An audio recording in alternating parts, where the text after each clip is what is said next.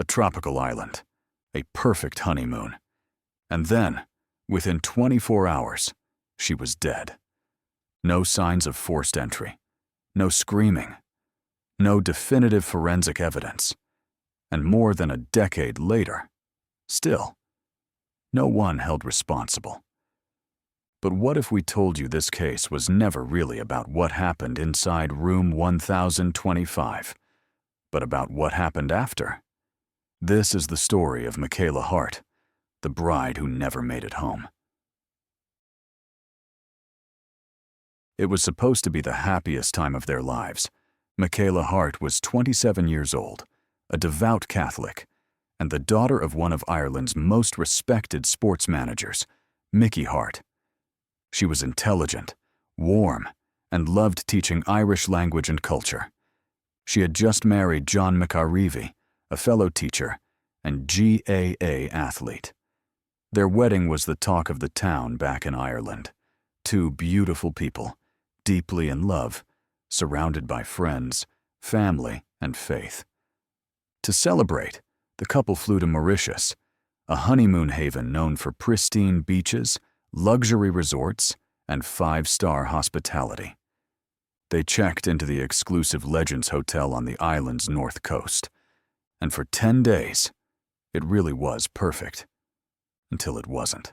On January 10th, 2011, the couple had lunch at the hotel restaurant. Afterward, John went downstairs to get dessert. Michaela returned to the room to grab a snack from the minibar. She needed their room key card to get in. John returned minutes later, only to find the door locked from the inside. That was strange. When staff opened the door, what John saw would haunt him forever. Michaela was lying face up in the bathtub. Water covered her legs. Her neck was bruised. Her feet were hanging over the side. The minibar key was in her hand. Her wedding ring, gone.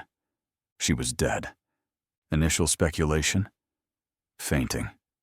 Accident. Maybe she slipped. But the bruising on her neck told another story. It wasn't an accident. It was murder. The hotel went into lockdown. Guests were questioned. Staff were interrogated.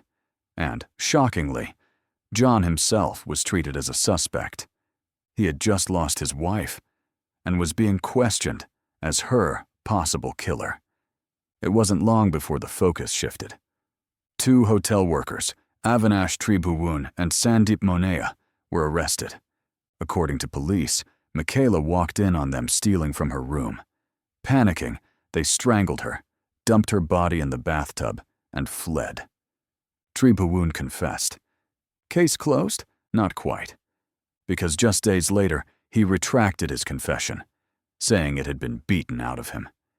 He described hours of torture, suffocation with plastic bags, and threats to kill him if he didn't tell them what they wanted.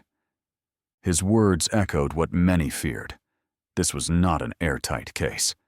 This was a mess. The trial began in July 2012. The entire nation of Ireland followed every moment. Michaela's grieving family flew to Mauritius to witness what they hoped would be justice. But what unfolded was chaos. Prosecution fumbled key pieces of evidence. CCTV footage of Michaela walking to her room went missing. Staff gave inconsistent testimonies. Basic forensic protocols weren't followed. The murder weapon? Unknown.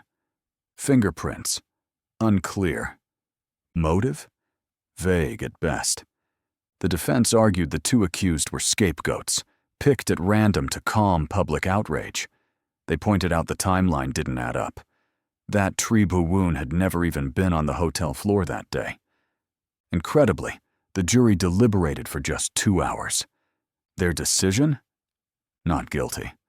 Michaela's father was speechless. Her husband, destroyed. 2 years after she was killed, no one had been convicted. No new suspects were named. And the investigation effectively stopped. But Michaela's family refused to let her name disappear. They set up the Michaela Foundation, promoting values of faith, fun, and fulfillment for young women in Ireland. But behind the scenes, they never stopped chasing the truth. They hired private detectives, filed appeals with the Mauritian government, issued international calls for justice. A €50,000 reward was offered for new information. The Irish government backed them. The media spotlight returned, briefly, then faded.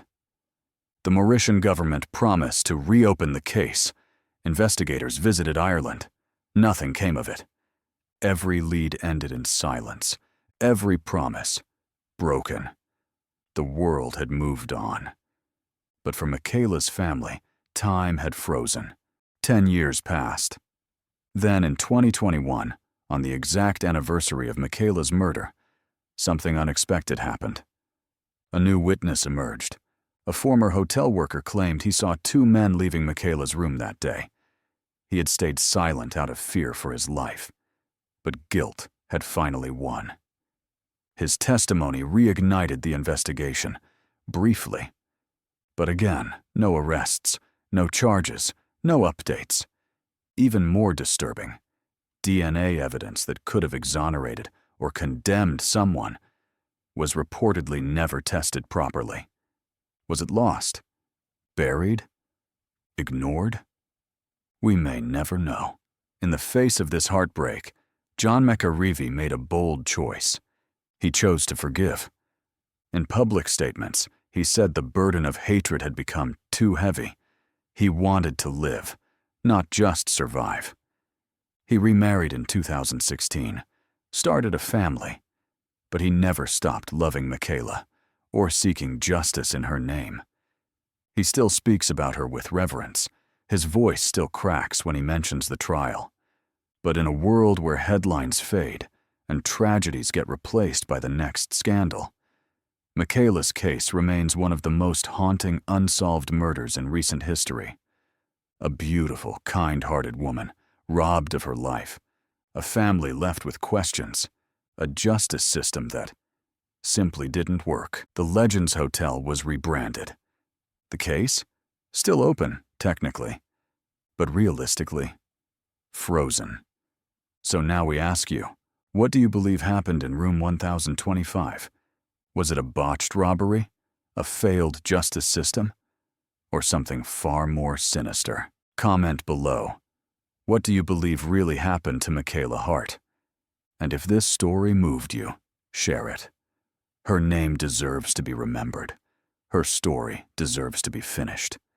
Subscribe for more gripping deep dives into real cases the world tried to forget. Because the truth, it's out there. Sometimes buried, sometimes ignored, but always waiting. This was Global Crime Files. Thanks for watching, and never stop questioning the story you're told. Because behind every headline is a truth worth digging for.